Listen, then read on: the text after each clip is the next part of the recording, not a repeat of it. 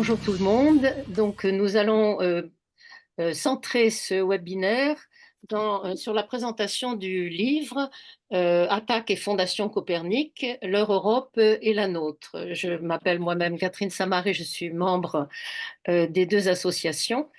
Et je veux introduire ici donc deux des co-auteurs-autrices. En fait, il y en a 8 en tout, deux co-auteurs de ce livre, d'une part Dominique Plion et Niels Anderlin, qui a été de plus le coordinateur de l'ouvrage. Alors, je commencerai par une question à tous les deux. Donc, quel est en quelque sorte le pourquoi de ce livre maintenant et quel est le nous dont il parle? Alors, peut-être Alors, Dominique Niels, je crois, va intervenir. ou Niels, très bien. allez, j'y vais. Déjà, merci beaucoup, Catherine, d'avoir accepté de modérer cette petite présentation.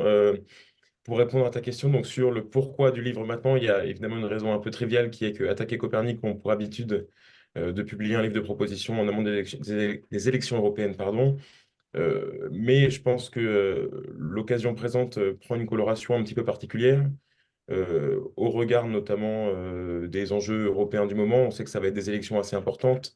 Il y a une crise agricole qui a agité un petit peu le continent récemment. Il y a la politique internationale de l'Union qui souvent suscite, on va dire, pour le moins le débat. Il y a la question du retour, dont on parlera plus tard, de la discipline budgétaire qui est programmée, qui aussi doit nous interroger. Et la question, évidemment, de la transition écologique qui n'est pas encore faite et qui risque même d'être freinée quand on regarde ce qui se passe autour du pacte vert européen. Donc, il nous a semblé extrêmement important de réitérer, en tout cas, l'apparition d'un livre commun autour des propositions européennes maintenant, et ce d'autant plus qu'on a un contexte assez inquiétant dans l'Union européenne avec une montée globale de l'extrême droite, montée globale de l'extrême droite au sein des États membres, hein. On a vu là, au cours du mois de mai, la formation d'une coalition aux Pays-Bas qui va de l'extrême droite jusqu'aux libéraux. Donc, c'est quand même assez inédit à remarquer. On a la perspective de l'élection au Parlement européen où, à regarder les sondages, la seule force politique qui risque de croître, c'est l'extrême droite. Que ce soit l'extrême droite incarnée par le groupe Identité et Démocratie ou l'extrême droite incarnée par le groupe conservateur et réformiste européen, puisqu'au niveau de l'Union européenne, l'extrême droite est dans deux groupes différents. Et ça peut paraître anecdotique comme ça, mais c'est extrêmement important dans la mesure où il y a, aux yeux en tout cas de la droite conservatrice, une extrême droite, disons, fréquentable au niveau de l'Union européenne, notamment incarnée par Giorgia Meloni. Fréquentable, c'est leur mot, hein, c'est pas le mien. Et ce qui est assez inquiétant, c'est qu'on entend de plus en plus en ce moment, et notamment Ursula von der Leyen l'a dit au début du mois de mai, hein, la possibilité d'une alliance au Parlement européen qui irait donc du centre droit jusqu'à l'extrême droite, pour parler de Madame Mélanie, clairement post-fasciste. Donc on a des inquiétudes assez fortes là-dessus, et c'est pour ça qu'on a voulu publier ce livre. Après, sur la question du nous et donc du type de proposition qu'on porte, euh, je pense que donc notre Europe, c'est une Europe en tout cas donc de deux associations Attaquer Copernic qui sont altermondialistes, mais simplement qui veulent s'inscrire dans le contexte de l'Union européenne, qui considère, en tout cas aujourd'hui, le groupe de co-auteurs et co-autrices du livre, qu'on ne peut pas regarder ce qui se passe sur le continent européen en se mettant en décalage par rapport à l'Union européenne et qu'on a vocation à essayer de transformer cette Europe-là. On est évidemment extrêmement critique sur la manière dont elle s'est faite. On est pour, on va dire, plus de solidarité entre les peuples européens, mais on est tout à fait conscient que ce qui se passe depuis 40 ans au sein de l'Union européenne, c'est un virage néolibéral qui promeut la concurrence et les inégalités entre les pays. Et on aimerait proposer, on va dire, une position eurocritique assez marquée, qui n'abandonne pas l'idée, en tout cas, d'avoir une intégration européenne, mais qui dit que l'intégration européenne telle qu'elle est n'est pas la bonne, très loin de là. Mais par contre, qu'il faut qu'on essaie de la transformer, et notamment pour une raison, je pense, extrêmement importante, c'est que c'est un espace de transformation, et c'est un espace aussi qui peut nous permettre, si on le réoriente sur des idées de transformation écologique et sociale, qui peut nous permettre de changer les choses. L'Union européenne, c'est objectivement un poids dans le monde, hein, c'est un poids face aux multinationales. Aujourd'hui, sur des sujets qui sont des sujets très légers, hein, c'est la question, par exemple, du chargeur de téléphone unique, où l'Union européenne a réussi à faire plier les multinationales américaines. Donc c'est anecdotique, certes, mais ça montre que si on mettait l'Union européenne au service des objectifs de transformation écologique, sociale et démocratique, on aurait une force de frappe, une puissance qui serait à notre portée aussi, justement, pour faire plier ses intérêts privés et pour imposer un autre type de mondialisation à minima, et en tout cas des idées de justice sociale plus fortes au sein de nos États membres, hein, la France comme les autres États membres de l'Union européenne, et à l'échelle du continent. Il y a manifestement aussi un enjeu démocratique central, y compris dans la façon dont vous avez structuré le bouquin et ses chapitres. Alors, on va peut-être diviser la présentation pour aller petit peu plus au fond de quelques pistes du bouquin, même si on ne pourra pas tout traiter. On va le diviser en trois temps. D'une part, peut-être une présentation rapide d'une mise en perspective des grandes phases de ce qu'a été cette construction européenne au plan socio-économique et institutionnel. Ensuite, on fera un zoom, disons, sur la situation actuelle depuis les grandes crises récentes, hein, qui ont frappé le monde et en particulier la construction européenne. Et puis, en troisième moment, disons, du webinaire, les propositions.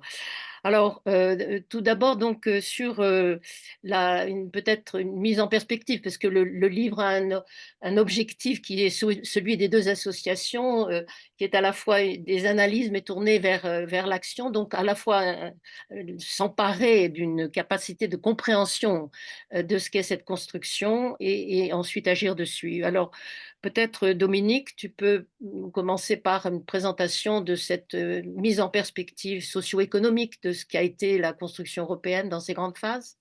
Tout à fait. Alors, ce qu'on peut dire, c'est que cette construction, elle a été progressive, mais toujours dans la même direction, c'est-à-dire dans de plus en plus de libéralisme, de néolibéralisme, c'est-à-dire avec un certain nombre de principes fondamentaux de mise en concurrence, de primauté donnée aux mécanismes de marché dans le fonctionnement de l'Europe, de l'Union européenne, à la fois en interne, mais aussi dans les relations avec les pays tiers. Alors, les principales étapes, il faut les rappeler peut-être. La première, c'est que la création, disons, de la construction européenne, le début de la construction européenne, c'est le traité de Rome de 1956 qui a créé ce qu'on a appelé le marché commun. Et le marché commun, c'était quoi? D'abord, c'était 6 membres, la France, l'Allemagne, l'Italie, les Pays-Bas, le Luxembourg. Et donc, ces membres-là se sont mis d'accord pour mettre en place au départ ce qu'on a appelé une union douanière, c'est-à-dire entre eux, ils ont aboli, supprimé progressivement les droits de douane, mais ont préservé vis-à-vis des pays tiers un tarif extérieur commun. Et deuxième caractéristique du marché commun, c'est des politiques communes. Des politiques communes dans le domaine de l'énergie, mais aussi dans d'autres domaines tout à fait importants et qui restent importants aujourd'hui aussi, c'est l'agriculture, par exemple. La politique agricole commune, la PAC, a été depuis le début, est encore aujourd'hui le principal élément du budget, par exemple, européen. Alors ensuite, il y a eu plusieurs étapes progressivement. Je dirais que la deuxième grande étape, ça a été la mise en place du marché unique. Il y a eu l'acte unique en 1987 et à partir des débuts des années 90, les pays ont mis en place ce marché unique des biens, des services, des personnes et des capitaux. Alors là, on est vraiment au cœur du néolibéralisme, c'est-à-dire c'est le principe fondamental, c'est d'avoir une concurrence libre et non faussée entre les pays. Et donc, on a évolué déjà, alors que dans le marché commun, le principe de solidarité entre les membres était mis en avant. Là, ce principe-là n'est plus, passe au second plan. Le principe dominant, c'est clairement le néolibéralisme, la concurrence et le marché. Alors ça, c'est une étape tout à fait importante. Il faut signaler que quand l'Europe s'est construite, il y a eu une association concurrente qui est l'AELE, Association européenne de libre-échange, qui était pilotée par la Grande-Bretagne, avant qu'elle ne Avec, rentre avec le lien avec les États-Unis. en lien avec les États-Unis, qui avaient comme idée de faire une zone de libre-échange. Et quelque part, la Grande-Bretagne a gagné idéologiquement parce que le marché unique, c'est quelque part quelque chose qui est très proche d'une zone de libre-échange. Donc les Anglais sont rentrés dans l'Union européenne, ont gagné quelque part la bataille idéologique, et ils en sont sortis au moment même d'ailleurs, enfin, ou quelques années plus tard bien sûr, mais ils avaient imposé ou réussi à faire progresser rapidement les idées néolibérales. Alors l'autre étape importante, ça a été le traité de Maastricht, avec la mise en place d'une union économique et monétaire, traité de Maastricht de 1993, et la mise en place d'une monnaie unique à partir de 1999. Ça, c'est aussi une étape fondamentale. Et C'est elle-même le résultat de crise monétaire du système tout à monétaire fait, alors, tout à international des fait. années 70. L'Europe, quand le système monétaire international dit de Bretton Woods, qui avait été institué en 1944 après la guerre, était en crise dans les années 70 avec une spéculation effrénée sur les monnaies, des taux de change total, qui étaient fixes au départ mais qui sont devenus totalement instables. L'Europe a essayé de solidairement, là il faut le reconnaître, de créer un certain nombre d'instruments, d'arrangements institutionnels pour pouvoir stabiliser les monnaies les unes par rapport aux autres. Le plus connu de ces instruments, de ces institutions, ça a été le système monétaire européen créé en 1979 et qui a existé jusqu'à la monnaie unique de 1999. C'est-à-dire que les monnaies françaises, allemandes, italiennes, etc., fluctuaient à l'intérieur de marges plus étroites entre elles et par rapport au dollar, de ce fait. Donc ça a été une étape importante, c'est l'unification, l'intégration monétaire. Alors, on a abouti à un système totalement déséquilibré parce qu'on a créé un système monétaire fédéral avec une banque centrale européenne qui coiffait l'ensemble des pays comment dire, de la zone monétaire, hein, euro, de la zone euro, comme on l'appelle couramment, qui, en fait, ce fédéralisme-là n'existe pas dans les autres domaines. Donc, c'est le seul élément de fédéralisme important parce que pour les politiques budgétaires et fiscales en particulier, eh bien, on est resté et les politiques sociales très largement, on est resté à un niveau national. C'est-à-dire, c'est des prérogatives essentiellement purement nationales que sont ces politiques monétaires, budgétaires et fiscales. Et donc, on peut imaginer comment ce système déséquilibré a pu dysfonctionner facilement quand il y a eu un certain nombre de crises, particulièrement si on vient à la période plus récente, hein, au moment de la crise financière de 2007-2008. C'est-à-dire qu'il y avait une banque centrale très puissante puisqu'elle coiffait l'ensemble des pays membres de la zone euro et à côté, il y avait des politiques budgétaires et fiscales non articulées, non coordonnées, chacun tirant à U et à dia.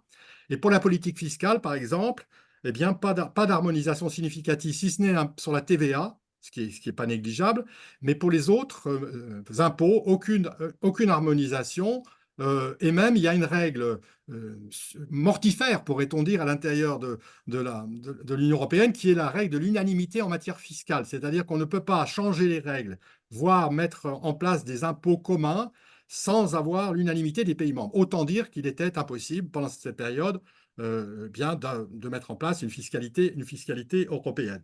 Voilà. Et alors, non seulement les politiques budgétaires et fiscales étaient nationales et totalement dispersées, si on peut dire, mais en plus, les autorités européennes ont imposé à ces politiques un carcan qui est ce qu'on appelle le pacte de stabilité et de croissance, qui a été édifié en plusieurs étapes, mais disons l'étape principale, c'est 1997, où là, on a imposé des règles très strictes, pas plus de 3% du PIB pour les déficits publics, pas plus de 60% du PIB pour la dette publique. Et ces règles, donc, ont été mises en place comme étant, voulant être le garant de l'orthodoxie budgétaire.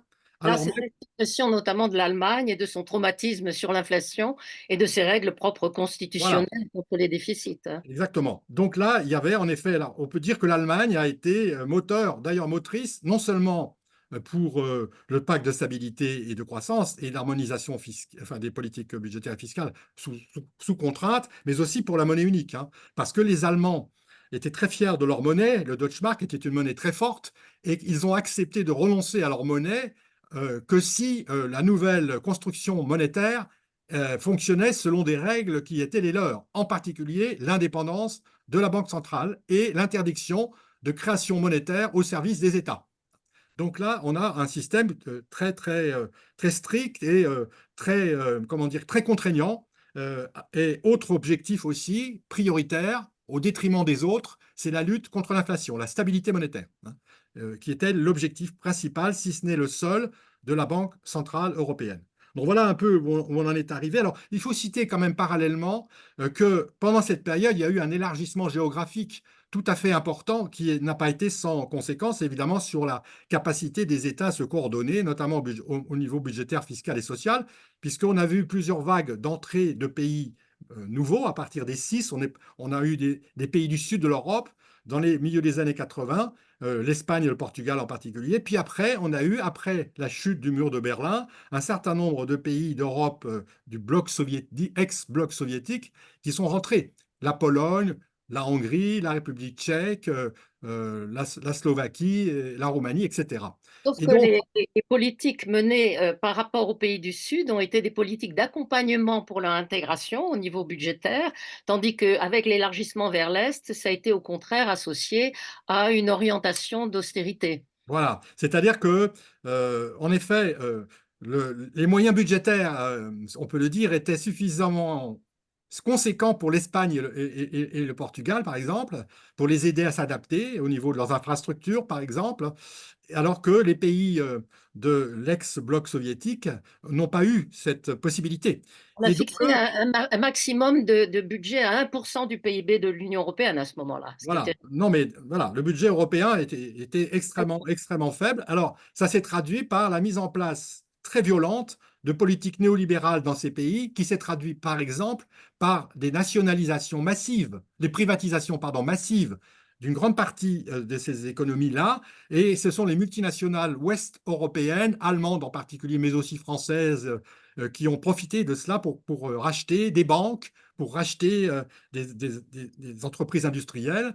Et donc, ça a été une caractéristique très importante, la mise sous contrôle, on peut dire économique et financier, de ces pays-là par les pays les plus puissants, les pays dominants de l'Europe à l'époque, c'est-à-dire l'Allemagne et, dans une certaine mesure, la France. avec un objectif systémique, si on peut dire stratégique, de destruction de tout ce qui était hérité de l'ancien système dans les pays d'Europe de l'Est qui adhéraient à l'Union européenne. Tout à fait. C'était une volonté de couper complètement les ponts et d'avoir, avec la croyance qu'on était rentré définitivement dans un nouveau monde capitaliste, néolibéral, et que c'était la fin de l'histoire, comme certains l'ont écrit. Voilà. Et la victoire, voilà, sans aucun conteste, soi-disant, de cette vision du capitalisme néolibéral. L'Europe était à l'époque le chantre de cette vision-là. Mais en même temps, alors peut-être Niels, tu pourrais compléter sous un autre angle institutionnel, c'est-à-dire que pour autant, ça n'était pas une zone de libre-échange. Il y avait donc un certain nombre d'institutions, y compris dans cette construction hybride, et comment les dimensions économiques et les différents objectifs de cette construction européenne se traduisaient dans le système institutionnel, Niels. Bah alors, le système institutionnel, il a évolué quasiment au même rythme que les évolutions de la dimension socio-économique de l'Union européenne, comme le disait Dominique. C'est d'abord, initialement, donc on a le traité de Rome 57, on a 6 pays qui se rassemblent et qui ont vocation à créer une sorte d'union de droit international classique qui va un peu plus loin. Donc, on est dans une construction intergouvernementale, chacun a une voix en fonction des l'unanimité, etc. Et on crée quand même, puisqu'on est un peu dans un approfondissement sur le plan économique, une commission, donc qui est supposée incarner un volet un petit peu supranational, mais on reste quand même dans une construction intergouvernementale. Le problème, c'est que cette construction, sans même qu'il y ait une volonté exprimée de la part des États membres, elle évolue très vite, et pas sous l'effet d'acteurs politiques, elle évolue sous l'effet d'acteurs judiciaires, juridictionnels.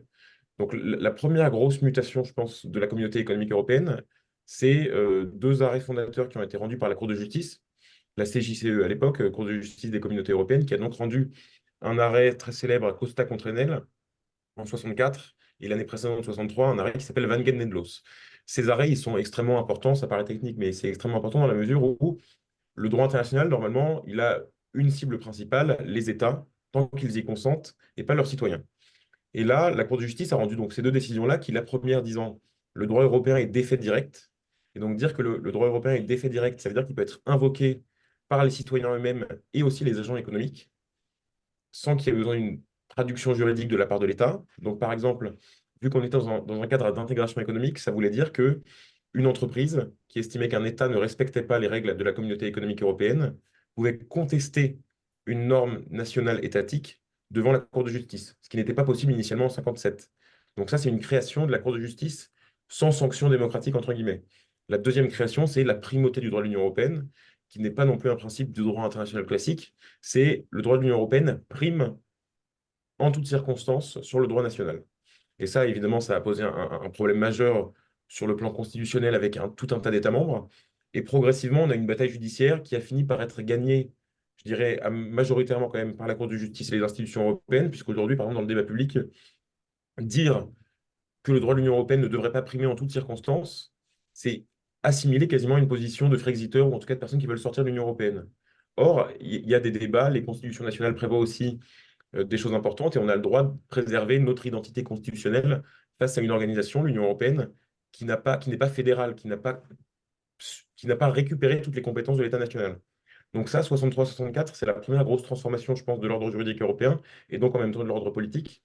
Et celle-là, elle n'a pas été perçue tout de suite par les États membres, par ailleurs. Dans les années 60, on a un autre événement, je pense, marquant à mentionner, c'est la crise de la chaise vide, au milieu des années 60. Donc c'est De Gaulle qui, justement, pressent à ce moment-là que, en tout cas, ça prend un pas un peu plus fédéraliste que ce qui était la promesse et le contrat initial. Et donc, il dit, j'arrête d'aller aux réunions de la communauté économique européenne et je bloque le processus. Et la solution qui a été trouvée, c'est ce qu'on appelle le compromis de Luxembourg, c'est l'idée qu'à partir de maintenant, tout ce qui se passe entre les chefs d'État doit être, dans la mesure du possible et au maximum, décidé au consensus et qu'aucune décision ne peut être prise s'il y a un veto formel d'un État membre, en tout cas au Conseil européen, donc qui est la réunion des chefs d'État et de gouvernement. Donc ça, c'est les deux premières grosses mutations. Ensuite, on arrive au moment des années 80. Première période, on a donc une union qui concentre essentiellement les pays de l'Ouest. À partir des années 80, on a un élargissement qui est le deuxième grand élargissement sur plusieurs années, qui s'étend aux anciennes dictatures de l'Ouest, donc c'est Espagne, Grèce, Portugal. À ce moment-là, l'Union européenne commence un petit peu à changer justement aussi, puisqu'on passe à ce qu'on appelle le vote à la majorité qualifiée. Donc, c'est-à-dire qu'on sort de l'unanimité sur un certain nombre de domaines, notamment les domaines économiques dont parlait Dominique, sauf le domaine fiscal, mais en tout cas, par exemple, sur tout ce qui concerne l'établissement du marché unique intérieur, on est passé sur un certain nombre de points à la majorité qualifiée. Est-ce Donc, que ça veut tu dire que, votes dans quelles institutions? Parce qu'il y a aussi l'introduction du Parlement européen en tout à fait, 1979. tout à fait, tu as raison, j'ai raté une étape extrêmement importante qui est quand même la création de la seule institution, ou en tout cas, on va dire, allez, pour être poli, la plus démocratique des institutions européennes, le Parlement européen, créé en 1979. Pas créé en 1979, mais en tout cas, la première fois qu'il y a une élection au suffrage universel direct au Parlement européen dans les États membres et en 79. Et suivant cette évolution, pendant 10 ans, il y a une logique justement d'aller un peu plus fortement vers la fédéralisation, même si le terme est un petit peu impropre puisqu'on n'y est pas, hein, mais l'idée en tout cas, c'est que l'Union européenne, enfin la communauté économique européenne ne soit plus une organisation internationale classique, mais devienne un espace non plus seulement économique et politique. Mais la question, c'est de quel espace politique on parle. Et c'est un espace politique qui est, comme le disait Dominique, absolument pétri d'un dogme néolibéral. Et au fond, la décision ne porte que là-dessus. Elle ne porte pas sur Europe sociale ou Europe néolibérale, elle porte sur quel type de néolibéralisme on promeut dans ce cadre-là. Je peux Et même ça, préciser, parce qu'on avait fait une campagne au niveau notamment d'attaque contre le traité constitutionnel, on avait étudié les institutions de façon précise dans des comités de base, et la Commission européenne, qui n'est pas élue, est supposée incarner l'intérêt commun de la construction européenne et l'intérêt commun révélé par quoi? Par le marché. Donc la concurrence libre et parfaite est en fait censée incarner un intérêt commun par-dessus les intérêts nationalistes, entre guillemets, de chacun des États qui sont représentés dans le Conseil européen. voilà, exactement. Parce qu'en fait, dans le droit de l'Union européenne, puisque c'est un droit économique qui vise à établir un marché, pour établir un marché sans frontières, c'est très simple, hein, il faut enlever les barrières. Et ce qui a été considéré comme une barrière par les États membres et en premier lieu par la Commission, qui a joué ce rôle, comme tu dis, de promotrice d'un intérêt général désétatisé, donc marchandisé en fait, ça a été d'éliminer toutes les barrières. Et une fois qu'on a dit ça, en fait, n'importe quoi peut être une barrière. Une politique sociale, c'est une barrière. Un droit social, c'est une barrière. Tout ce qui peut faire écran au libre jeu du marché est considéré comme un obstacle à abattre.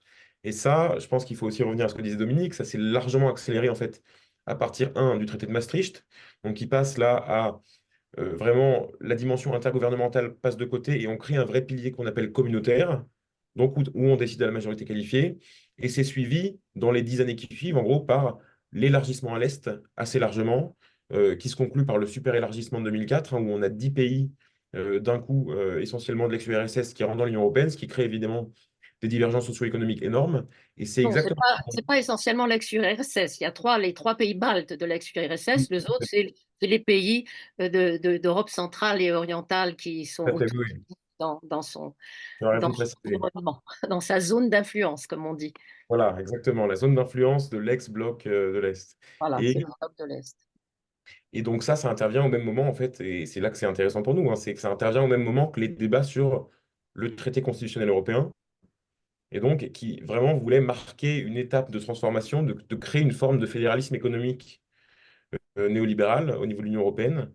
Et je pense qu'en partie, le nom 2005. français, 2005, pardon, tu as raison, c'est l'année d'après, mais le nom français et le nom néerlandais, de mon point de vue, après ça, je pense que chacun a un petit peu son regard là-dessus, mais il est aussi essentiellement lié au fait que les gens ont compris à ce moment-là qu'on n'était pas, on nous vendait une union politique qui en réalité n'est pas vraiment une union politique. Et que les gens ont compris, il y a eu le fameux agité à tort et à travers, hein, mais la crainte du plombier polonais aussi qui a été agitée. L'idée, c'est, en tout cas, les gens se sont rendus compte que dans une union aux standards socio-économiques pas encore convergents, nécessairement, il y aura des perdants. Et que le libre jeu du marché, quand il met en concurrence les sociétés, ça fait des perdants partout, a priori. Ça n'aide pas forcément les pays de l'Est et ça n'aide pas forcément les pays de l'Ouest, dont les travailleurs sont mis en concurrence.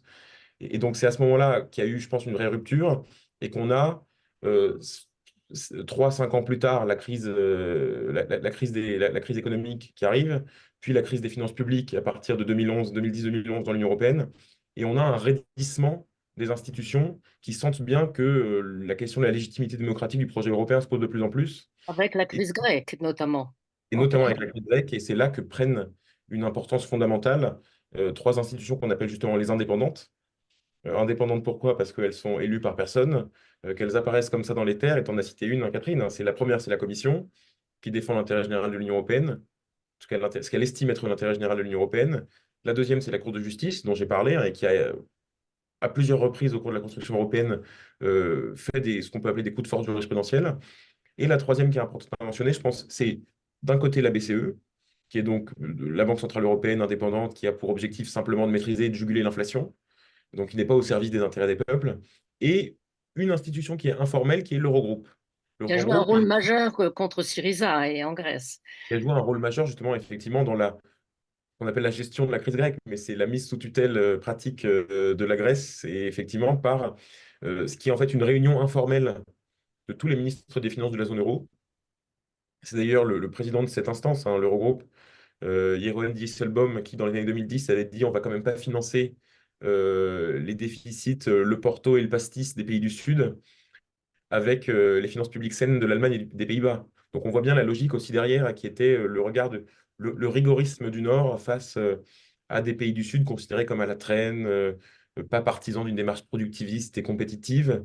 Et c'est ça aussi la logique qui s'est jouée, je pense, à travers l'Eurogroupe. Et c'est pour ça qu'il y a certains auteurs qui ont estimé qu'à partir de 2010, on passait dans une phase de césarisme bureaucratique. Si on a vraiment 3 instances très bureaucratiques qui imposent un point de vue économique, et qui en fait mettent sous tutelle effectivement les politiques démocratiques d'un État, puisque la Grèce, en échange des prêts qui lui ont été accordés par l'Union européenne, le FMI, on lui a demandé évidemment des réformes austéritaires drastiques.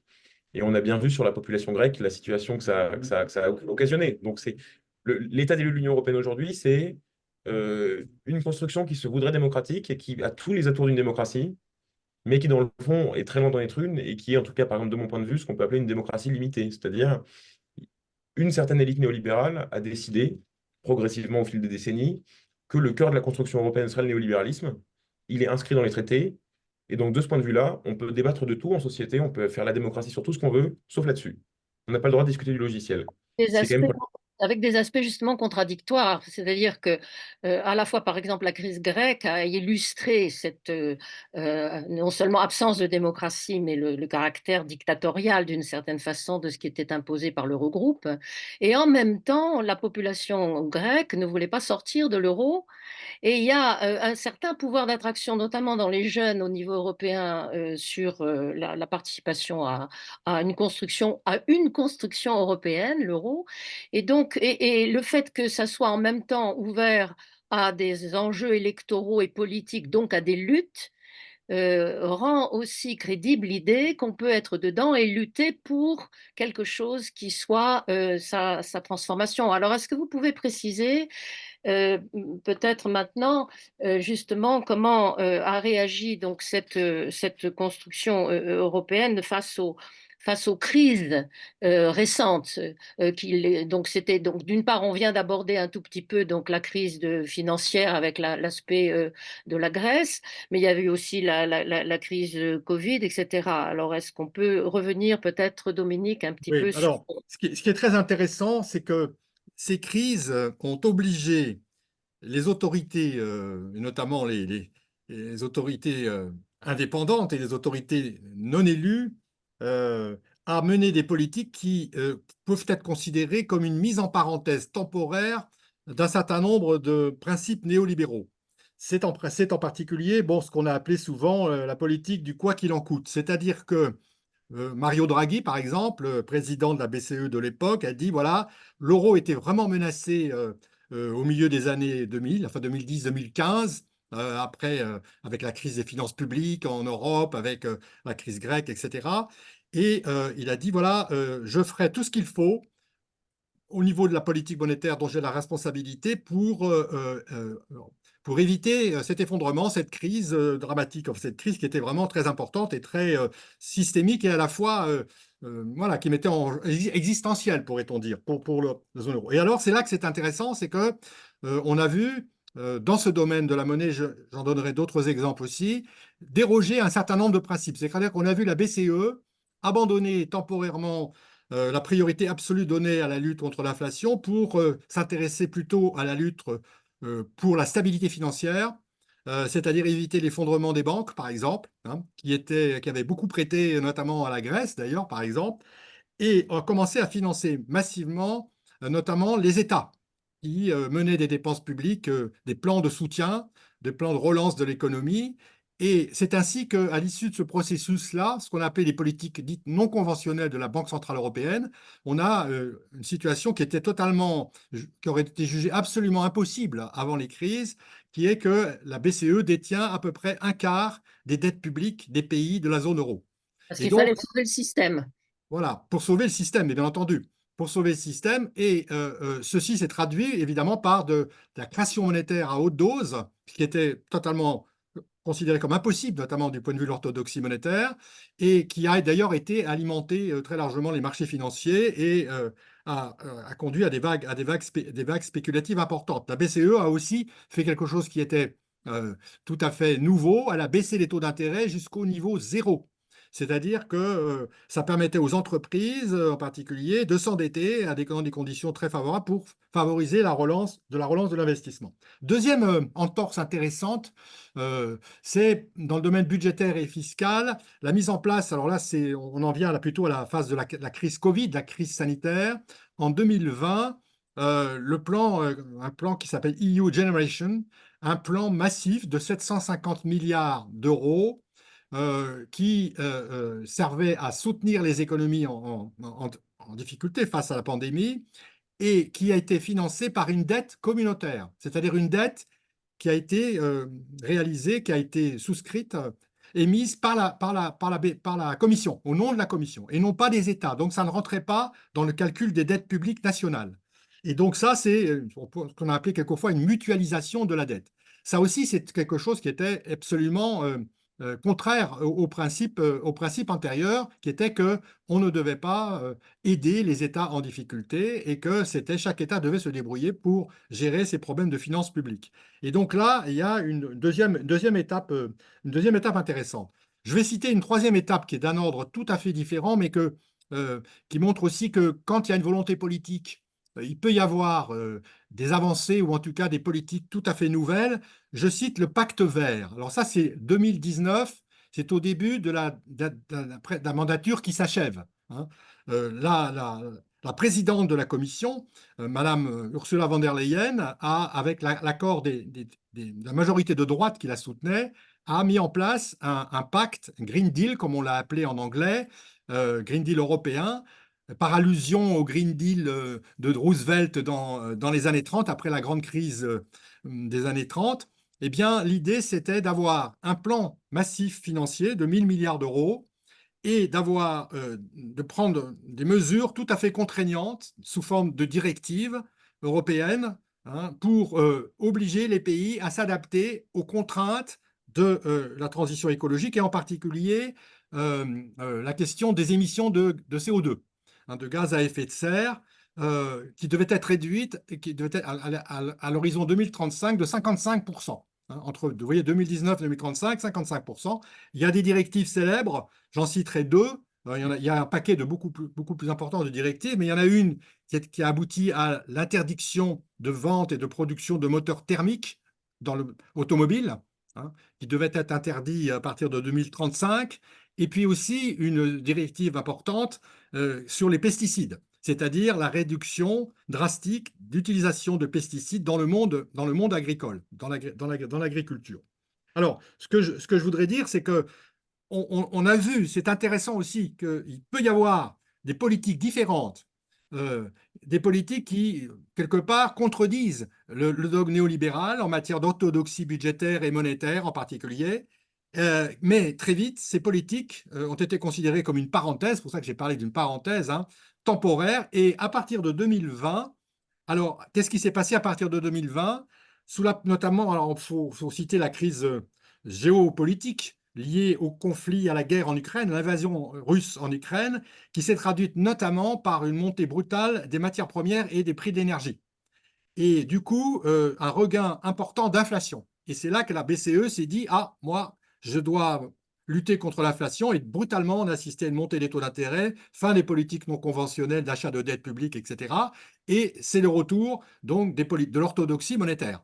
De même, dans le domaine comment dire, budgétaire et fiscal, le pacte de stabilité, qui avait été abandonné ou mis entre parenthèses, puisque les pays ont tous eu une dette qui dépassait largement les 60% qui était la limite supérieure de la dette par rapport au PIB, eh bien, le pacte de stabilité a été réformé et il a été réformé cette année, enfin l'année dernière, en 2023, en appliquant des règles encore plus dures que le pacte de stabilité initial. C'est-à-dire que non seulement les pays doivent revenir à un déficit public de 3%, alors qu'on est à... La France, elle est allée jusqu'à 7%. Hein, et maintenant, on est plutôt aux environs de 5%, mais on est très largement au-dessus des 3%. Les autres pays qui nous entourent, à part l'Allemagne, sont dans cette situation-là.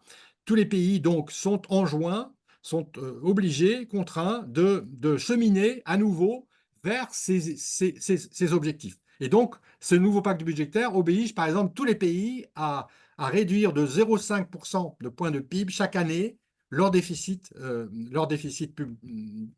budgétaire.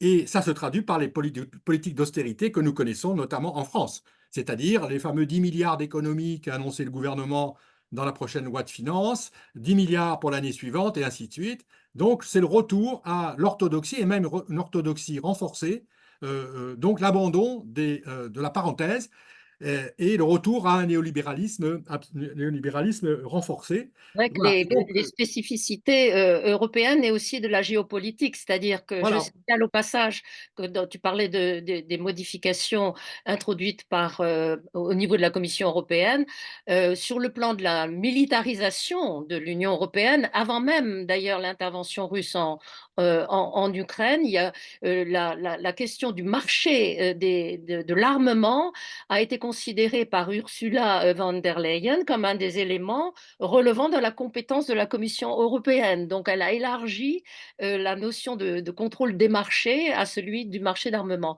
Mais Alors, donc, la France, si je peux me permettre, la France a apporté un soutien massif à cette politique-là parce que c'est le deuxième exportateur mondial d'armement. Hein. Donc, la France, de ce point de vue-là, est largement complice hein, de cette décision. sur les 27 pays, il y a en fait fondamentalement trois pays, enfin deux principalement, c'est la France et l'Allemagne, plus l'Italie en fait, hein, bon, qui ont, bon, et puis maintenant la Pologne, mais qui ont effectivement un rôle dans la production d'armement fondamental. Donc la France a des intérêts majeurs, y compris pour essayer de mettre en Voilà. avant l'idée de défense Alors, je européenne. voudrais juste terminer en disant que, en plus, en ce moment, en plus de la remise en cause enfin des politiques de la parenthèse, la politique d'expansion, de soutien des économies, etc.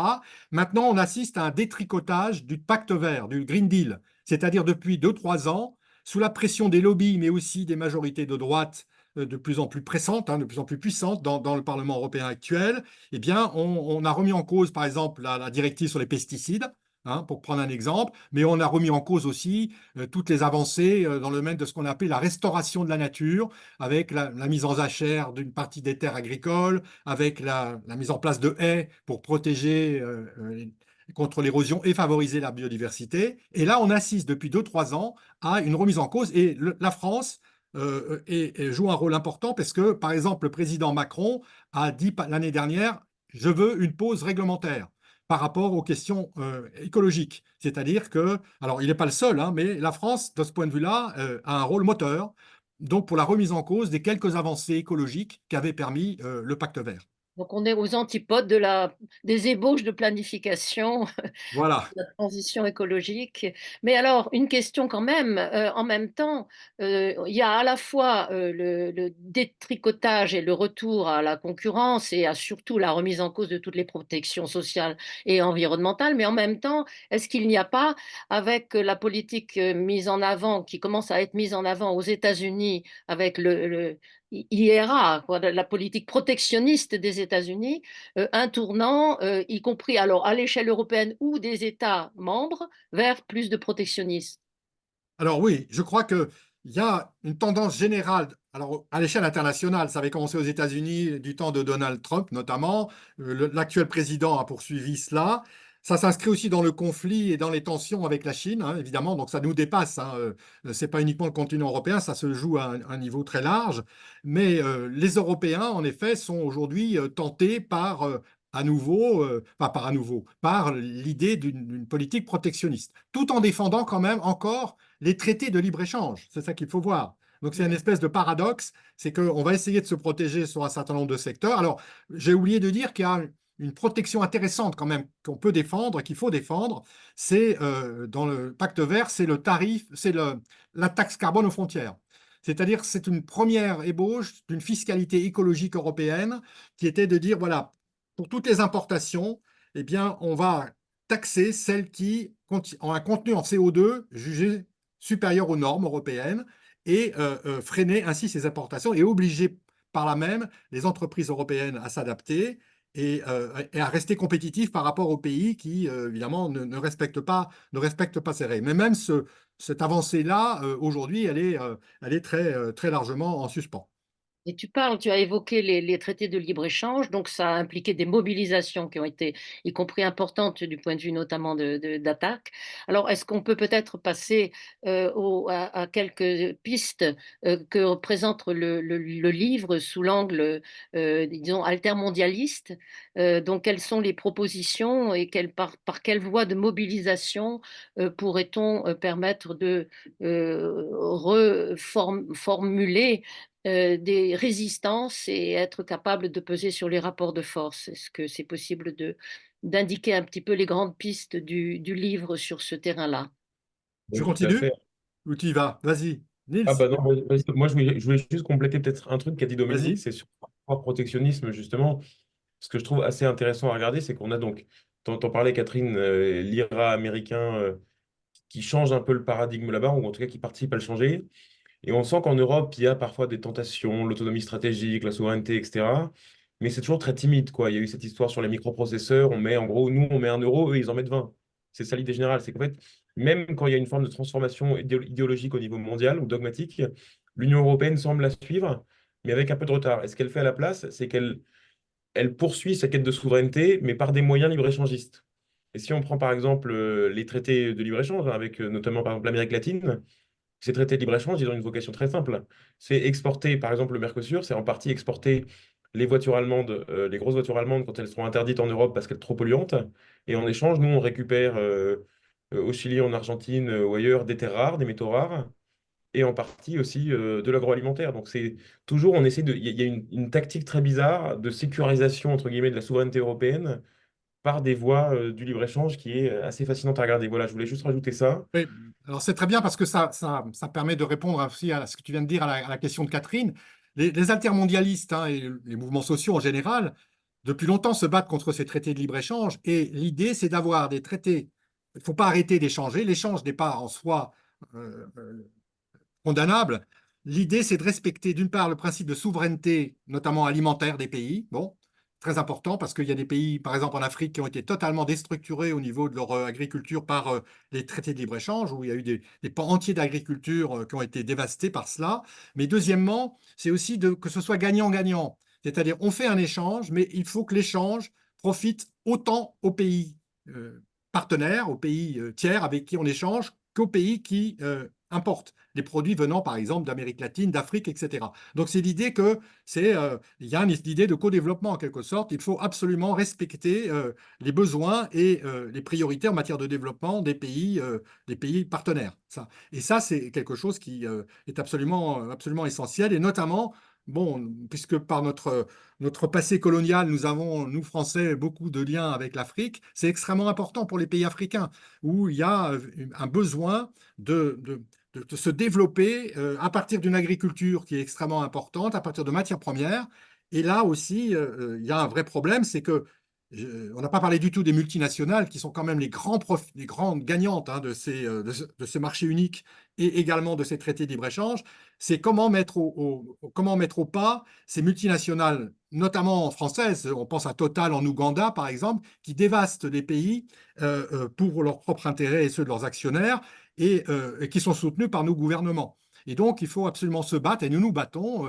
Beaucoup d'ONG françaises, en ce moment, sont sur le pied de guerre par rapport à ces entreprises ou banques qui financent ces opérations-là. Et donc, ça fait partie de nos luttes prioritaires. Il y a aussi des enjeux politiques, hein. La question de la Palestine, la question de la colonisation. Là maintenant, on le voit sur la Kanaki. Je pense qu'il faut, ça fait partie aussi des enjeux fondamentaux du mouvement altermondialiste, je pense. Oui, oui, il faut accepter de penser en termes de colonisation, parce que aujourd'hui, c'est quelque chose dont on ne parle pas.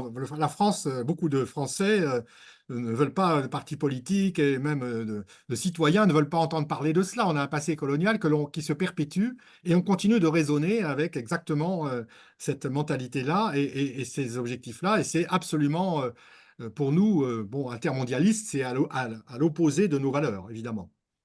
Alors, ça implique, peut-être, on le verra tout de suite après, également des questionnements, des prises de position et des actions sur les guerres en cours.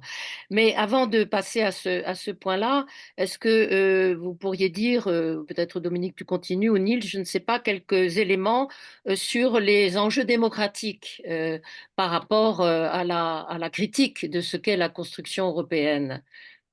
Niels, je crois que je te laisse la Alors, parole. j'y vais, Dominique.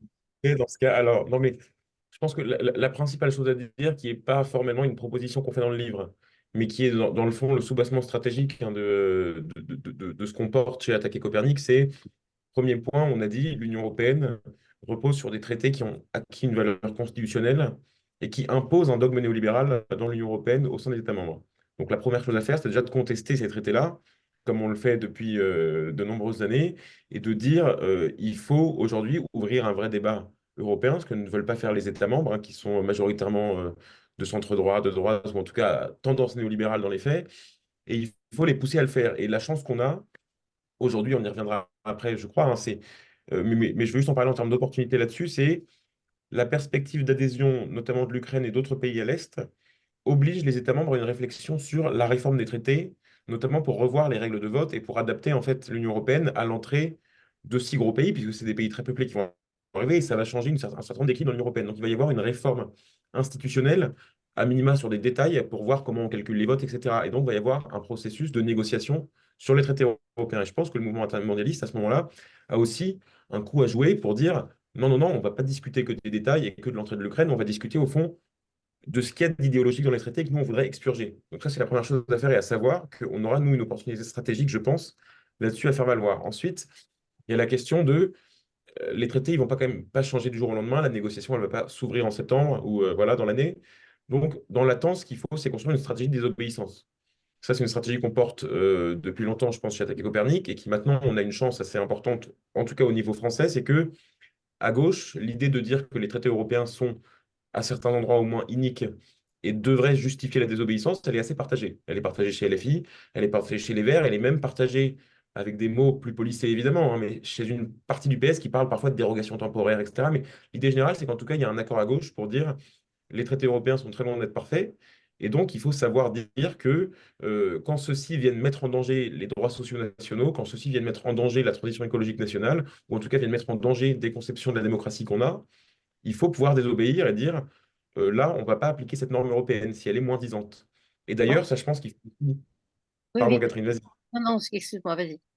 Je voulais juste compléter en disant là-dessus que ce qui est important de savoir en plus, c'est que c'est un débat sur lequel la désobéissance, on accuse beaucoup la gauche, et pas rond, hein, tout le monde sait de qui on parle, hein, c'est les élites en général conservatrices, néolibérales, etc. On accuse la gauche de vouloir sortir de l'Union européenne, de vouloir briser le pacte fondateur de l'Union européenne.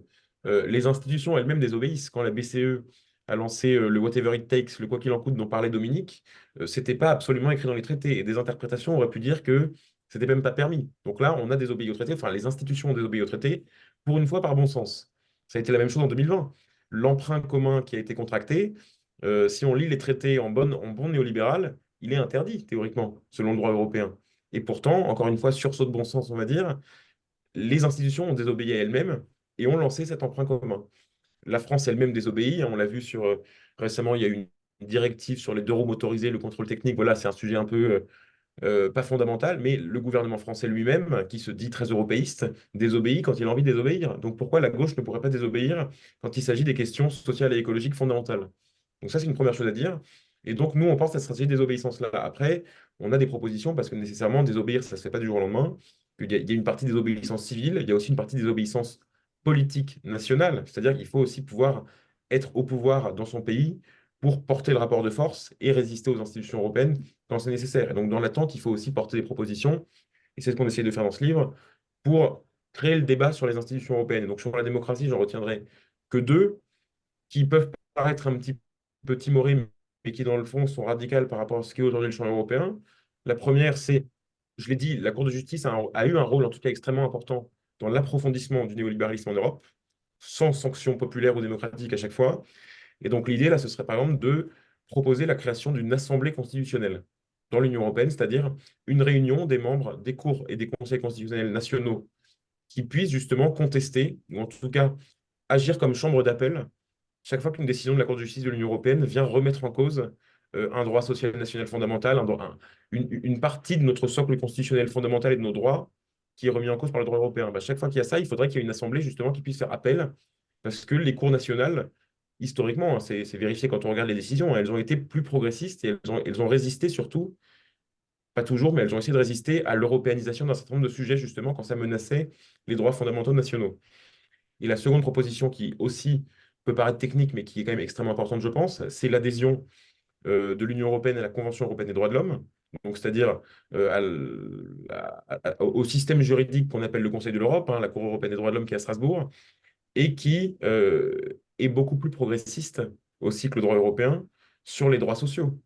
Je veux dire, dans le droit de l'Union européenne, les droits sociaux doivent plier face aux libertés économiques des entreprises. Dans le droit du Conseil de l'Europe et donc de la Convention européenne des droits de l'homme, ce n'est pas le cas. C'est Vous la pouvez liberté. peut-être préciser ce que c'est le Conseil de l'Europe différent du Conseil européen, parce que Tu as ça n'est raison. pas forcément connu. Tu as raison, le Conseil de l'Europe, donc c'est une organisation internationale qui a été créée en 1949, si je ne dis pas de bêtises, et donc qui est antérieure au début de l'intégration européenne, et qui est là vraiment une organisation internationale classique, où le but, ça a été de signer, en fait, elle est articulée autour de cette fameuse Convention européenne des droits de l'homme, donc qui est distincte de l'Union européenne, et dans laquelle il y a, je crois, une cinquantaine de membres. Donc c'est l'Europe élargie, hein, ça va jusqu'à la Russie qui a vu sa participation. Je ne sais plus si c'est une exclusion ou une suspension suite à la guerre en Ukraine. Mm. C'est une suspension, oui. Oui, oui, ça revient à une exclusion au moins temporaire, enfin, jusqu'à ce Ah, qu'il c'est n'y ça, oui. ait pas Non, retrait oui, des troupes d'Ukraine. donc, en gros, voilà, c'est l'Europe très élargie, puisque ça va jusqu'à la Russie, ça peut aussi intégrer l'Arménie, l'Azerbaïdjan. En tout cas, c'est l'espace géoculturel, on va dire, considéré comme européen. Il y a la Turquie aussi également, hein. Et à l'inverse de l'Union européenne, qui est beaucoup plus restreinte sur initialement l'Europe de l'Ouest et maintenant une fraction des pays d'Europe centrale et orientale. Et Et donc, ce contrairement conseil à l'Union européenne, qui est marquée par sa dimension néolibérale des politiques économiques, là, l'accent, c'est plutôt sur les droits. l'accent Avec... est clairement sur les droits fondamentaux et en particulier les droits humains, mais aussi les droits sociaux, puisque la Cour européenne des droits de l'homme considère que les droits sociaux sont des droits fondamentaux. Et donc, quand il y a un conflit qui oppose la liberté d'une entreprise et un droit social, c'est la liberté des entreprises qui doit plier. Alors que c'est exactement le schéma inverse dans l'Union européenne. Et justement, l'Union européenne doit adhérer à la CEDH, puisque c'est marqué dans le traité, article 6, je crois, hein. Il y a marqué l'Union européenne adhère à la CEDH, sauf qu'en 2014, la Cour de justice de l'Union européenne a rendu un avis défavorable et a bloqué le processus. Justement parce qu'elle estimait que la protection des droits sociaux en particulier risquait de mettre en péril l'édifice qu'elle a construit dans l'Union européenne. Donc voilà, c'est pour ça que c'est des propositions qui paraissent techniques, mais qui, d'un point de vue juridique, puisque l'Union européenne a été une construction très juridique, hein, sont, à mon avis, essentielles. Et ça me fait souligner l'importance des mots qu'on utilise pour décrire les enjeux européens. C'est-à-dire trop souvent, même dans le mouvement altermondialiste, on présente l'Union européenne comme l'Europe. Et au lieu de distinguer et de préciser les institutions dont on parle. Une institution, ça se construit, ça peut se détruire, ça peut se contester politiquement. L'Europe, c'est vague. Même, alors il y a là, je voulais dire, donc deux enjeux. Un enjeu d'une part de précision sémantique et qui permet aussi de discuter beaucoup plus concrètement ce pourquoi et les droits sur lesquels on se bat et quelles institutions éventuellement pourraient permettre de faire des avancées. Mais il y a un autre enjeu que je voulais que l'on clarifie qui a été abordé, c'est finalement pourquoi est-ce qu'on a besoin d'un certain niveau européen pour la défense d'un certain nombre d'enjeux. Je pense notamment aux enjeux sociaux et écologiques, hein, où on peut résister plus facilement à la globalisation capitaliste et y compris alors au problème du climat avec une certaine échelle, notamment continentale, que si on est pays par pays. Parce que la question que l'on peut se poser par rapport à la critique qui a été formulée et qui est très radicale et que je partage sur ce que sont les institutions de l'Union européenne, c'est pourquoi on ne le quitte pas. Et là, je crois que c'est très, très intéressant ce que tu as développé, Niels, en parlant de désobéissance. Peut-être on peut formuler ça aussi autrement, c'est-à-dire la notion de rupture avec ce que sont les institutions et les traités, la rupture critique qui peut passer par des désobéissances, peut passer aussi par une mise en crise, une phase de crise et de processus constituant d'un autre projet européen. C'est-à-dire l'idée stratégique que on a un certain besoin d'Europe et que par rapport à ce besoin d'Europe au sens de niveau euh, euh, de résistance y compris donc altermondialiste, articulé sur le national et sur l'international, un niveau intermédiaire qui joue un rôle stratégique important. Il y a des luttes qui peuvent se mener hors, mais aussi dans l'Union européenne contre ces traités. Et ça n'implique pas nécessairement un Brexit, un Frexit, etc., comme étant la meilleure façon de rompre ou de faire rompre avec ces politiques régressives. C'est ça que je pense qu'il faudrait que peut-être on commente un tout petit peu aussi maintenant.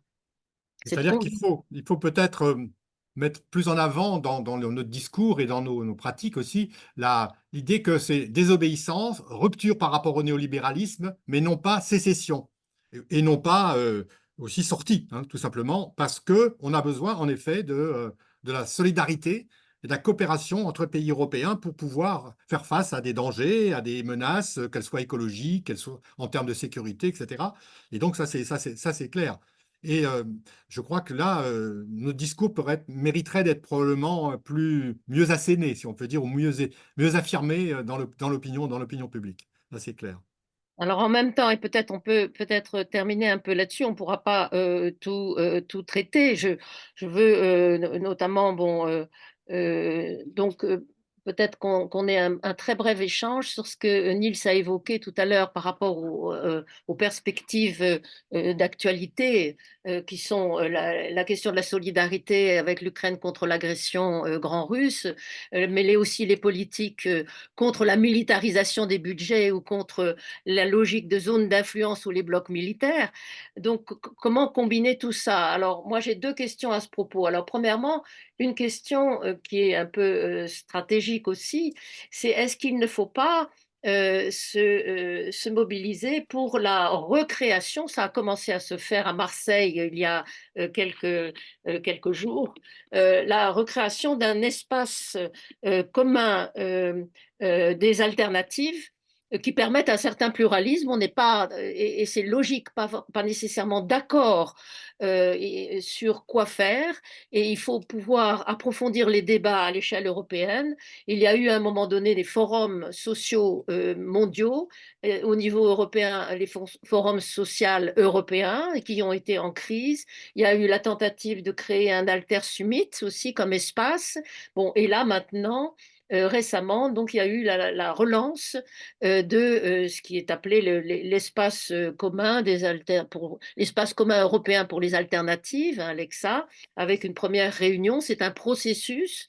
Est-ce qu'il ne faut pas effectivement insister sur la nécessité de créer ça pour permettre que les syndicats, les associations, les organisations puissent trouver un lieu d'élaboration indépendant des gouvernements pour répondre aux crises, aux enjeux politiques et aux enjeux écologiques et sociaux qui se posent à nous.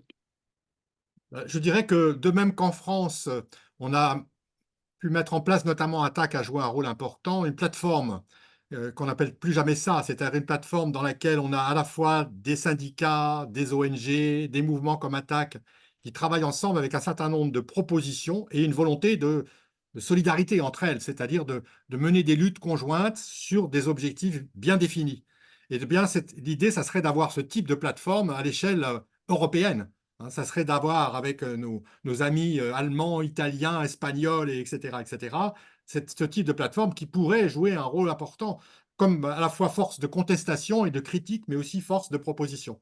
Et ça, c'est sûr que ça serait l'idéal. Hein. Je pense on devrait se battre. J'ai pas assisté aux réunions de Marseille, là, mais je ne sais pas si ce point a été abordé, mais je pense que cette idée de plateforme Bien me sûr. paraît très importante. C'est Bah, la surtout, plateforme et c'est un espace pour qu'elle s'élabore. Voilà. Est-ce que tu peux présenter un petit peu les propositions alternatives justement sur les questions socio-économiques? Voilà. Alors, j'en prendrai deux, hein, principalement, dans le domaine monétaire et dans le domaine budgétaire et fiscal, hein, on a vu que c'était des leviers de politique économique absolument fondamentaux et les principaux. Hein. Eh bien, dans le domaine monétaire, il faut absolument remettre en cause l'indépendance de la Banque centrale, parce qu'on ne peut plus avoir une Banque centrale qui a pour seul objectif l'inflation et qui, par exemple, dans la période récente, a décidé de monter brutalement les taux d'intérêt au détriment des finances publiques, c'est-à-dire avec une dette publique donc qui se renchérit, qui freine les investissements, notamment les investissements nécessaires à la transition, etc., etc. Et donc là, on voit bien que si la Banque centrale n'était plus indépendante et s'il y avait une volonté commune à l'échelle européenne de mettre en priorité la lutte pour la transition écologique, alors à ce moment-là, on aurait une politique différente, on obligerait la BCE à mener une politique différente. Alors la BCE n'est pas insensible à ça, puisque il y a quelques années, Madame Christine Lagarde, présidente de la BCE, avait dit: je vais adapter la politique monétaire pour intégrer des éléments, des objectifs climatiques. Sauf que pour le moment, ça a été totalement abandonné. Donc on voit que là, il y a une possibilité, mais ça implique que la BCE soit partie prenante d'un ensemble de politiques et qu'on abandonne son indépendance pour mener ce que les économistes appellent un policy mix, c'est-à-dire une combinaison de politiques économiques, monétaires, budgétaires et fiscales, dont la priorité serait la transition écologique. Est-ce L'autre que tu peux domaine, préciser, justement pour préciser ce que tu viens de dire, qu'est-ce que ça veut dire que la Banque centrale ne soit pas indépendante? Dans les autres pays du monde, enfin dans le monde développé notamment, les banques centrales sont soumises au Parlement. Et donc là, au niveau concret de ce dont on parle au plan européen, ça voudrait dire que la Banque centrale européenne et ses orientations monétaires et de politique fiscale et industrielle soient soumises à des débats du Parlement européen. tout à fait. Alors, en France, le président ou la présidente de la BCE vient une fois par an devant le Parlement, mais ça ne sert absolument à rien. Elle écoute les critiques ou les remarques et ça ne change rien. Les États-Unis, ils vont un petit peu plus loin quand le président de la Federal Reserve, qui est la banque centrale des États-Unis, vient devant le Congrès américain. C'est un peu plus difficile et là, il est obligé de prendre en compte les remarques des élus, mais quand même, c'est totalement insuffisant. Donc l'idée, ce serait de modifier alors j'emploie un mot qu'on n'aime pas beaucoup dans les rangs intermondialistes, mais enfin, disons la gouvernance ou le mode de gouvernement de la Banque centrale en incluant dans les instances de direction, le directoire par exemple, des représentants de la société. Que ce ne sont pas que des banquiers, parce qu'actuellement ce sont pratiquement que des banquiers, mais qu'il y ait des représentants des organisations syndicales, des ONG, voilà, d'un certain nombre de forces vives des pays européens, et que du coup ils prennent part non seulement au contrôle, mais aussi à la prise de décision, hein, de la BCE.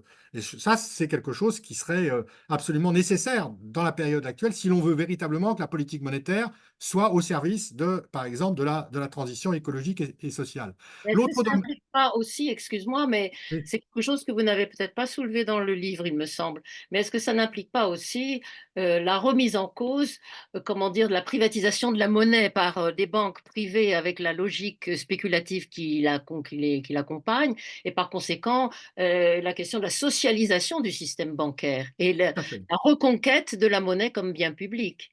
Tout à fait. Donc, ça, c'est pas dans le livre, en effet, mais ça fait partie dans les ouvrages d'Attaque et je pense de Copernic aussi, par ailleurs. C'est des choses sur lesquelles on se bat. Alors, moi, socialisation plutôt que d'ailleurs nationalisation. Socialisation, c'est l'idée que encore une fois, dans les instances de gestion des banques, par exemple, ou des institutions financières, eh bien, il y ait une représentation suffisante, hein, bien équilibrée entre les différentes forces des pays, hein, pour qu'elles prennent part aux décisions sociales, aux décisions qui concernent la société, qui concernent l'écologie, etc., etc. Bien sûr.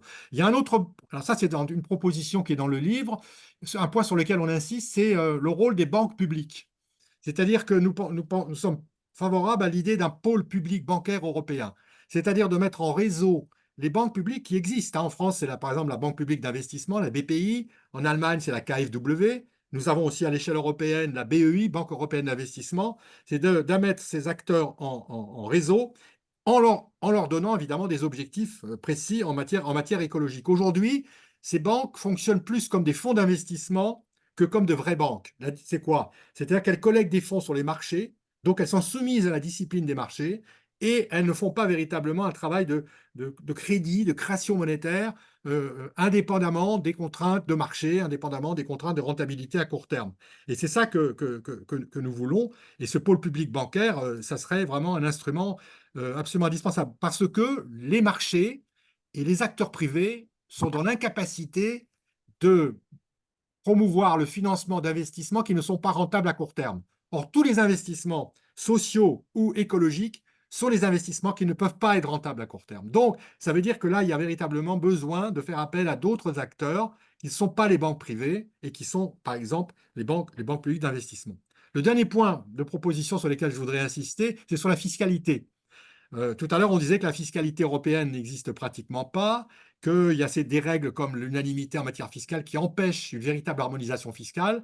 Alors nous avons deux propositions dans ce domaine. Il y en a une qui est portée par le mouvement social déjà actuellement, par une ICE, ce qu'on appelle une initiative citoyenne européenne, qui est d'avoir un ISF vert, c'est-à-dire un impôt sur la fortune vert. C'est-à-dire un impôt qui serait prélevé en particulier sur les plus riches, hein, sur les personnes ayant les patrimoines les plus élevés, et qui seraient les ressources de cet ISF permettraient d'abonder, par exemple, la Commission européenne, la Commission européenne, ou des instances chargées de promouvoir la transition écologique, des fonds d'investissement publics dans ce domaine.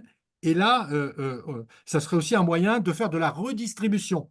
Nous avons actuellement une campagne Taxer les riches, hein, qui va dans ce sens, c'est-à-dire de taxer en priorité les grandes fortunes, les acteurs les plus riches, qui se sont enrichis souvent à l'occasion des crises, eh bien, pour refaire de la redistribution et financer des investissements dans le sens véritablement des besoins écologiques et sociaux. Et puis, on a une autre proposition qui est de fixer un seuil minimum à l'imposition sur les sociétés, c'est-à-dire sur les profits des sociétés. Actuellement, il y a une tendance à la baisse, hein. En France, il y a 20 ans, nous avions un taux de 50% sur les sociétés, et aujourd'hui, notamment Macron a joué un rôle très important dans cette baisse. On est à un niveau de 27,5, c'est-à-dire on veut atteindre 25 en fait, hein. Et donc, on a divisé par deux en quelque sorte le taux d'imposition. Donc l'idée, ça serait de fixer un seuil minimum à l'imposition sur les sociétés pour on arrête cette baisse d'imposition des sociétés pour qu'elles participent au financement tout simplement de l'économie. Or qu'aujourd'hui, l'essentiel des profits, comme on le sait, vont aux actionnaires et quelquefois, c'est au détriment de l'investissement même. Voilà, Et donc ça, la contrepartie, je complète un point là-dessus, oui, sur lequel le CADTM notamment a insisté, c'est que la baisse de cette fiscalité au bénéfice des plus riches, en fait, ouais, a signifié aussi que pour financer des dépenses qui sont pourtant importantes, je ne parle pas des dépenses de luxe, mais des dépenses d'infrastructure pour le développement des services publics, etc., on fait appel à une logique de marché et donc à un endettement avec des taux d'intérêt. Alors, il y a eu une phase, comme tu l'as rappelé, où les taux d'intérêt étaient bas, mais ça n'est pas la règle générale et ça n'est pas ce vers quoi on retourne.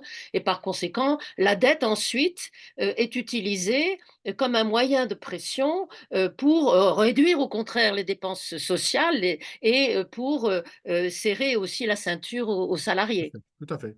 Voilà. Donc il faut sanctuariser en quelque sorte des dépenses qui sont prioritaires dans le domaine social, écologique, etc., qui sont pas, peuvent pas être financées par les acteurs privés de toute façon. Et donc, il faut absolument, on est dans une ère où la période qui s'annonce durable, où on va avoir besoin d'investissements publics colossaux, hein, pour financer la transition, pour financer les infrastructures, les changements nécessaires. Et si on ne prend pas de telles mesures, on ne parviendra pas à atteindre ces objectifs, évidemment, Avec des impôts européens avec directs. des impôts européens, voilà. Parce Alors, qu'une partie des infrastructures sont des infrastructures, notamment européennes. On pense par exemple au ferroutage, qui serait un d'accord. moyen très important de limiter le transport routier, qui est un des plus gros émetteurs de CO2, hein, voilà, et la recherche pour les énergies renouvelables, par exemple, qui est aussi en France sous-financée, hein, par rapport à ce qui se passe dans d'autres pays ou d'autres régions du monde, en dehors de l'Europe. Alors, je voudrais soutenir et relancer pour terminer peut-être une question que Niels a abordée et sur laquelle je suis tout à fait d'accord avec ce qu'il a dit et qui mérite débat. Ça concerne les nouveaux élargissements et l'Ukraine. Alors, entre parenthèses, les nouveaux élargissements ne concernent pas simplement l'Ukraine parce qu'on ne peut pas faire entrer l'Ukraine dans une perspective d'adhésion à l'Union européenne sans y associer la Moldavie et sans y associer les pays des Balkans de l'Ouest qui attendent depuis des années dans cette perspective-là. Bon, bref. Donc, il s'agit de quelque chose face auquel il y a deux comportements au niveau, notamment, bon, je parle de la gauche, hein. Le premier comportement, il consiste à souligner un fait qui est réel, bien sûr, c'est que les précédents élargissements, ou même celui-ci, peuvent être utilisés et seront en partie largement utilisés pour augmenter en réalité le dumping social et fiscal, la concurrence et utiliser le caractère inégal de développement entre les pays qui adhèrent pour faire des pressions, pour détricoter de plus en plus encore ce qui peut subsister de droits sociaux, etc. Donc, et du coup, euh, en quelque sorte, la position qui met l'accent là-dessus se traduit par un refus des adhésions et avec l'idée, donc qui est en quelque sorte une façon de considérer que ce sont les pays qui demandent à adhérer qui seraient responsables quelque part du dumping social et fiscal alors qu'ils en sont victimes eux-mêmes. Et l'autre position, c'est celle que Niels, tu as commencé à ébaucher, et je pense qu'elle est très très importante pour la réflexion, je la partage tout à fait. Elle consiste, elle consiste à se saisir de ces élargissements dans une période d'instabilité de la construction européenne comme une opportunité à la condition de s'emparer des aspirations populaires et pas des gouvernements avec leur politique néolibérale, y compris d'ailleurs le gouvernement Zelensky en Ukraine, mais des aspirations populaires. Il y a en Ukraine des masses de lutte au niveau de la jeunesse estudiantine, au niveau des femmes, au niveau des infirmières, comme le réseau fait comme Nina, au niveau des syndicalistes en défense des droits sociaux et contre la privatisation des services publics, notamment dans une situation de guerre qui est aberrante. Bon. Et donc, on peut s'emparer de non seulement de ces aspirations, mais de ces luttes réelles qui existent dans des pays comme l'Ukraine et d'autres, pour en même temps, non pas refuser l'aspiration qui s'exprime aussi, qui peut être une illusion, mais qui est de rejoindre une Union européenne perçue non pas comme une zone de libre-échange, mais perçue justement comme, à l'échelle internationale, même un des lieux dans lesquels il y a eu historiquement le plus d'avancées politiques et sociales, hein, même si, il y a une sous-estimation de tout ce qui est en train et tout ce qui a été détricoté depuis les dernières décennies. Et donc l'idée que rejoindre l'Union européenne serait aussi permettrait aussi de se protéger du point de vue environnemental et social. Et en réalité, ce qu'il faut montrer, comme Niels, tu as commencé à le faire, c'est que on peut combiner l'ouverture à ces demandes d'adhésion au lieu d'être non solidaire et en même temps souligner que pour pouvoir construire une union solide, il faut contester les traités tels qu'ils sont et effectivement là développer les droits qui ont été exprimés par ailleurs dans le livre et dans vos interventions. Je pense que c'est un point extrêmement important de la discussion à avoir. Et je trouve que tu l'as très bien résumé, Catherine. Je ne sais pas si je parviendrai à compléter beaucoup, mais moi, je trouve que c'est effectivement un aspect extrêmement important. Et comme tu l'as dit, précisément parce qu'à gauche, en plus, c'est un facteur de division. Et je pense qu'il faut reconnaître qu'il y a des craintes qui sont légitimes, comme tu le disais, puisque ça a été utilisé aussi au niveau européen comme un facteur, entre guillemets, d'élargissement du néolibéralisme. Et là, la question ukrainienne, je pense que si elle peut. Alors, je vais dire, entre guillemets, il y a l'opportunité de la guerre pour les Ukrainiens qui fait que dans l'opinion publique européenne, il y a très, très peu d'opposition pour l'instant à cette adhésion. Mais le risque, c'est qu'en cours de route sur le processus, ça monte quand même de manière assez importante, puisque pour la première fois, ce qu'on risque d'avoir, c'est des pays qui sont plus pauvres que les pays de l'Est qui vont entrer, ou en tout cas qui ont un niveau de vie inférieur. Donc, pour la première fois dans l'Union européenne, on va s'élargir avec un risque social aussi pour les pays comme la Pologne, par exemple, qui, avec l'intégration de l'Ukraine au marché agricole, va sans doute bouleverser un petit peu, elle aussi, son modèle économique. Il y a la question de la répartition des fonds structurels, qui sont donc des fonds européens, donc le fameux 1% du budget européen, 1% du PIB qui est dans le budget européen. Il est en grande partie aussi dédié aux fonds structurels, qui aident aujourd'hui modérément, mais qui aident quand même les pays, notamment les pays de l'Europe centrale et orientale, à se développer sur certains projets. Et ceux-là, ils vont être, entre guillemets, par l'entrée de l'Ukraine, rediscutés. Les cartes vont être rebattues, puisque forcément, les équilibres socio-économiques ne sont pas les mêmes. Et enfin, élargir un pays, et c'est là où il y a la question justement que tu évoquais, Catherine, hein, de en faire une opportunité pour renégocier les traités, c'est que faire rentrer un pays dans l'Union européenne, c'est rajouter une personne à la table du Conseil de l'Union européenne et du Conseil européen, c'est-à-dire à la table qui définit ce que c'est que l'intérêt général européen.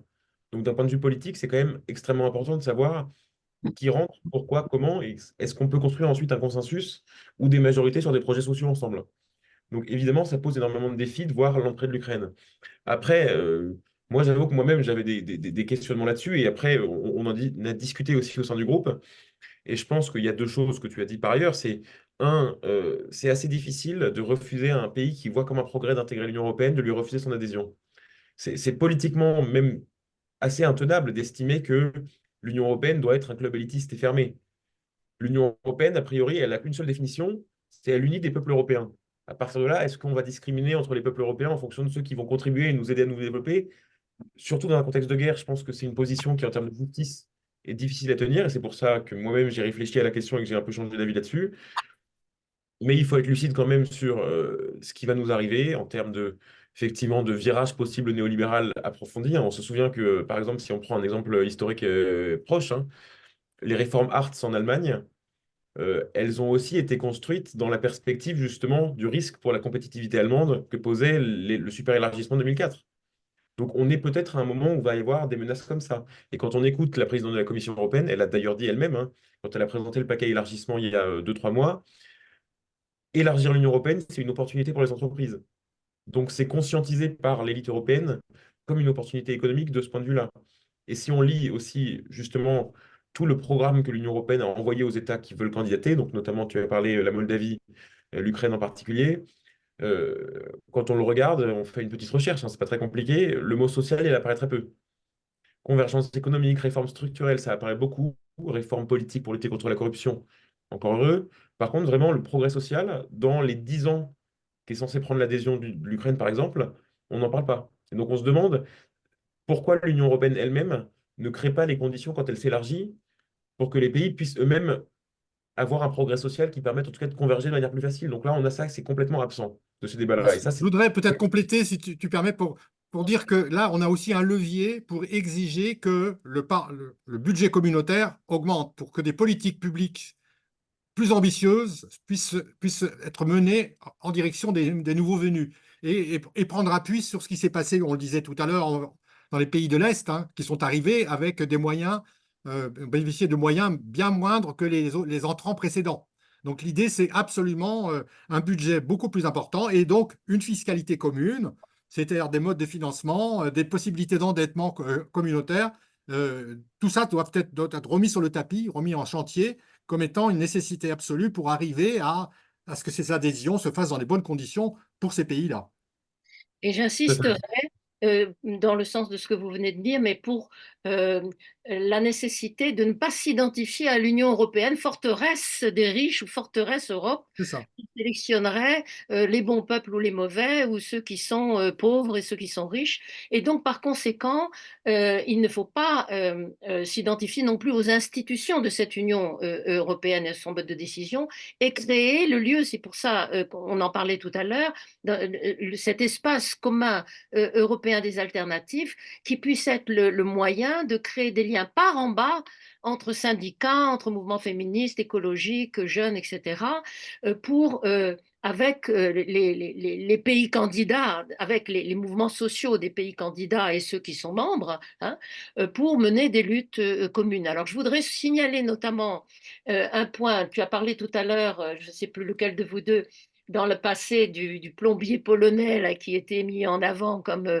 le... Et là maintenant, c'est le poulet ukrainien hein, que l'on met en avant. Mais je voudrais signaler la position de la Confédération paysanne qui est remarquable sur ce plan-là, qui décortique ce qu'est l'agriculture ukrainienne et qui montre que les exportations ukrainiennes sont fondamentalement contrôlées par des firmes multinationales alliées avec les oligarques ukrainiens et non pas par la population paysanne ukrainienne qui fabrique essentiellement ce qui est nécessaire pour l'auto-alimentation.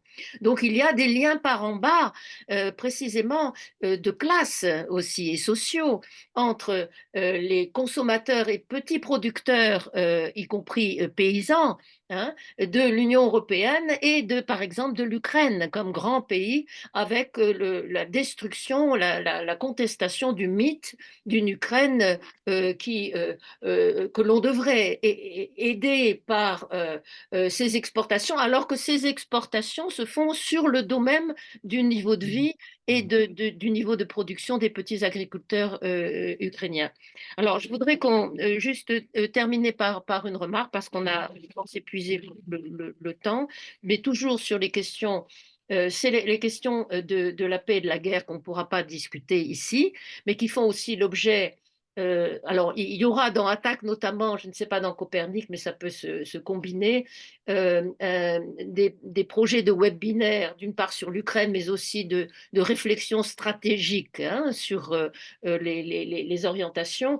Mais je pense qu'il y a de plus en plus la perception de la montée des budgets militaires. Alors là, ce n'est pas simplement la question de la mise en compétition et de la concurrence, mais la question du fait que la militarisation des budgets est utilisée pour la remise en cause de budgets sociaux et présentée comme une remise en cause des budgets sociaux. Et là, je voudrais m'appuyer sur un appel qu'il faut faire circuler, qui émane de la gauche ukrainienne, et qui s'adresse à tous les candidats et ceux qui se présentent aux élections européennes en défense des droits sociaux des travailleurs ukrainiens et en disant il est possible d'aider l'Ukraine, y compris sur le plan des armes dont elle a besoin pour se protéger contre les missiles que reçoivent les villes et les populations ukrainiennes venant de Russie, et en même temps réduire la production d'armement. Et la France-Afrique et la vente des armes à Israël ou à des pays autocratiques, etc. Par conséquent, la question, et je dirais que là, il y a deux positions qui traversent la gauche et qui doivent être débattues. Une première position sur les enjeux de la guerre qui est un pacifisme. J'ai personnellement refusé de signer un manifeste pacifiste féministe, tout en étant féministe et certainement pour la paix, mais parce que au moment de l'invasion russe de l'Ukraine, il omettait de prendre en compte le point de vue des féministes ukrainiennes qui revendiquaient le droit de résister. Et donc, fondamentalement, face à cette question de la paix et de la guerre, ce que je propose de mettre en débat, notamment dans nos associations et à l'échelle plus large européenne internationale, c'est l'actualité et l'urgence d'un mouvement anti-guerre décolonial.